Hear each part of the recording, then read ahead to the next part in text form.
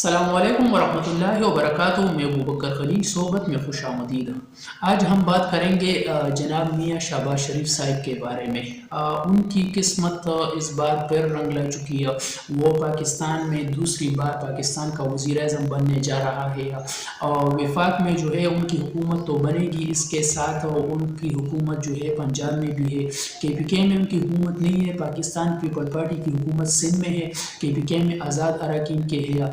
امیر علی گنڈاپور جو ہے کے پی کے کا وزیر اعلیٰ بنے گا۔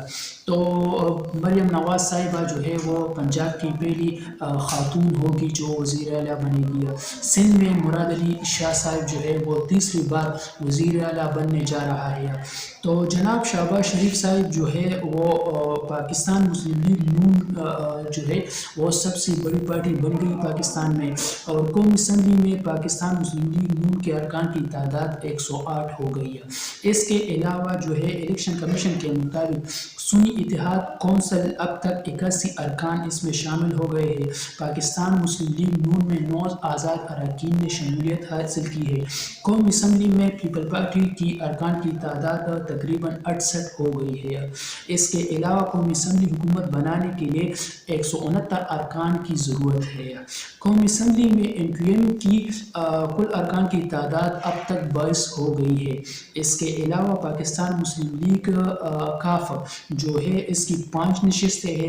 استحکام پاکستان پارٹی کی 4 نشستیں قومی اسمبلی میں، اور قومی اسمبلی میں بی اے پی کی 1 نشست ہے۔ اتحادیوں کے پاس اب تک 208 نشستیں آ چکی ہیں۔ قومی اسمبلی میں 2/3 اکثریت کے لیے 222 نشستیں درکار ہے۔ جے you I Maulana Fazal Rahman party کے کل ارکان کی تعداد قومی اسمبلی میں اب تک 8 ہے۔ اس بار جناب میاں شہباز شریف صاحب پاکستان میں دوسری بار وزیر اعظم بننے جا رہے ہیں۔ وہ ان کی رائے یہ ہے، ان کا نظریہ یہ ہے کہ پاکستان میں ہم جو ہے وہ صحت پر کام کریں گے، ہم جو ہے پاکستان میں تعلیم پر کام کریں گے، پاکستان میں ہم کوشش کریں گے کہ بجلی پر ہم کام کریں، پاکستان میں ہم ٹرانسپورٹ اور امپورٹ ایکسپورٹ جو بھی بزنس کے حوالے سے جو بھی کام ہو، بزنس کلاس کے لیے جو بھی اقدامات ہو وہ ہم کریں گے، سہولیات لائیں گے، ٹیکسز کم کریں گے، بجٹ زیادہ کریں گے، اور تعلیم عام کریں گے، عوام کے لیے جو ہے وہ مہنگائی پر کوشش کریں گے کہ وہ ان کو کم کر سکے۔ تو اللہ تعالیٰ ہمارے پاکستان پر اچھے لیڈروں کو لائے، اور پاکستان پر جو ہے سارے شہروں میں وہ مہنگائی اللہ ختم کرے، بے روزگاری ختم کرے۔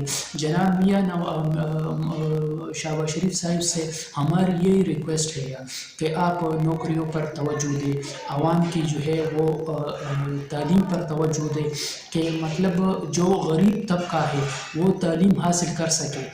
بے روزگاری اس کے بعد تعلیم حاصل کرنے کے بعد بے روزگاری ہوتی ہے تو کوئی نئی اسکیمیں لائے کہ پاکستانیوں کے لیے، کہ ان میں یہ لوگ جو ہے اگر سرکاری نہیں ہو پرائیویٹ ہو لیکن مطلب کچھ نہ کچھ روزی کما سکے گا، اور باہر ملکوں میں ادھر ادھر کی ٹوکریں نہ کھائے گا۔